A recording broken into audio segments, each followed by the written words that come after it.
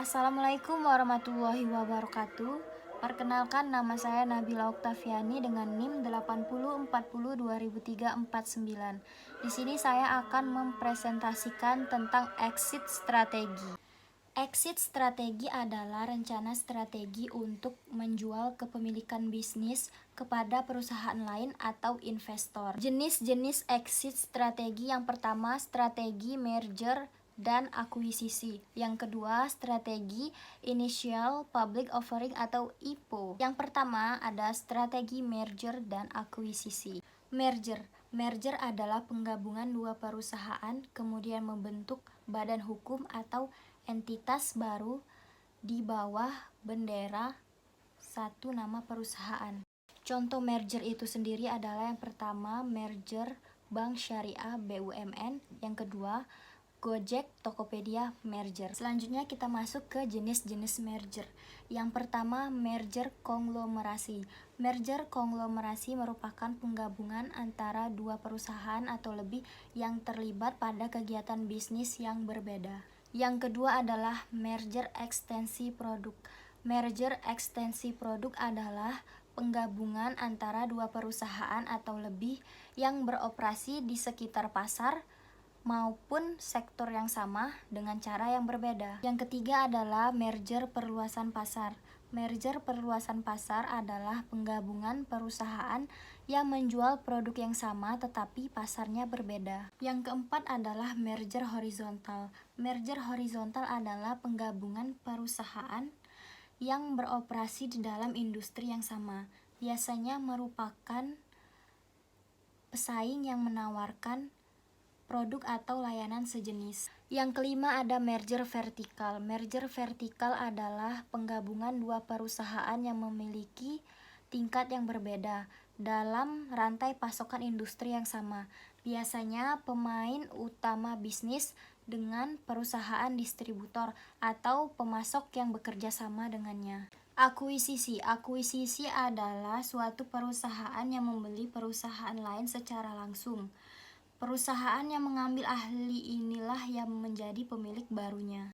Akuisisi terjadi ketika suatu perusahaan mengambil ahli keputusan manajemen operasional perusahaan lain. Akuisisi membutuhkan uang tunai dalam jumlah besar karena umumnya akuisisi membeli saham perusahaan. Tujuan akuisisi perusahaan dilakukan untuk: yang pertama, meningkatkan skala ekonomi; yang kedua, mendapatkan pasokan bahan baku; yang ketiga, menurunkan harga atau biaya per unit seiring peningkatan produksi. Selain itu, manfaat dari akuisisi adalah untuk meningkatkan mangsa pasar perusahaan, mengurangi biaya dan memperluas lini produk, serta mendapatkan teknologi dari perusahaan yang telah diakuisisi. Contohnya adalah akuisisi pada bank. Jenis-jenis akuisisi. Yang pertama, akuisisi aset. Akuisisi aset adalah suatu perusahaan secara langsung mengakuisisi aset perusahaan lain. Perusahaan yang akan diambil ahli asetnya harus mendapat persetujuan dari para pemegang saham. Biasanya akuisisi aset terjadi karena perusahaan yang diakuisisi mengalami kebangkrutan.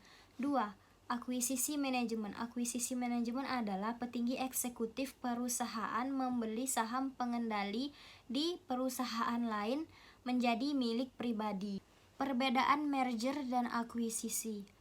Merger: yang pertama, secara hukum merger mengharuskan dua perusahaan untuk bergabung atau berkonsolidasi menjadi entitas baru dengan struktur kepemilikan dan manajemen baru. Yang kedua, merger tidak membutuhkan dana tunai untuk menyelesaikan atau merealisasikannya, tetapi melemahkan kekuatan individu pada masing-masing perusahaan. Yang ketiga, penggabungan bersifat sukarela dua perusahaan yang sama dalam skala operasi pelanggan. Sedangkan akuisisi: yang pertama, ketika suatu perusahaan membeli sebagian besar atau membeli semua saham yang ada di perusahaan lain untuk mendapat kendali dari perusahaan itu. Yang kedua, akuisisi membutuhkan dana dalam jumlah besar.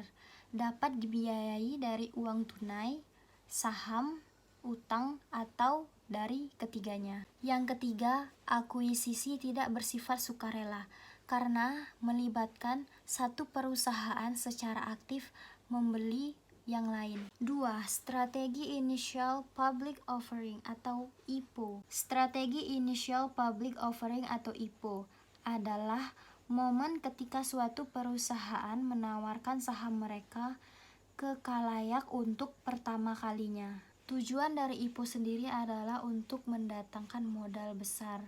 Beberapa konsekuensi yang harus dihadapi saat mengajukan saham IPO. Stockholder, pendiri tidak lagi memiliki 100% kepemilikan dan dalam rapat pun harus berbagi suara. Meski begitu, status sebagai pengendali dan pengatur kebijakan masih bisa dipertahankan. Perusahaan terbuka wajib mematuhi peraturan di pasar modal yang dibuat oleh BEI dan OJK. Go public membutuhkan biaya besar, termasuk biaya IPO, jasa konsultan hukum, akuntan publik, administrasi, notaris, dan lain-lain. Keuntungan go public bagi perusahaan adalah yang pertama, membuka akses pendanaan di pasar saham. 2. Membuka akses pinjaman. 3. Meningkatkan profesionalisme. 4. Meningkatkan company value. 5. Insentif pajak. Kekurangan dari IPO adalah 1. Biaya mahal karena perusahaan harus membayar administrasi, underwriter, dan lain-lain. 2. Belum tentu untung. Meski melantai di BEI, belum tentu mendapatkan untung. Harga saham pun bahkan tidak dapat diperdagangkan bila harganya jatuh atau rendah. Contoh dari IPO adalah yang pertama Bukalapak, yang kedua investasi kripto. Terima kasih atas perhatiannya. Inilah presentasi yang dapat saya sampaikan. Jika ada kekurangan atau kesalahan mohon dimaafkan. Wassalamualaikum warahmatullahi wabarakatuh.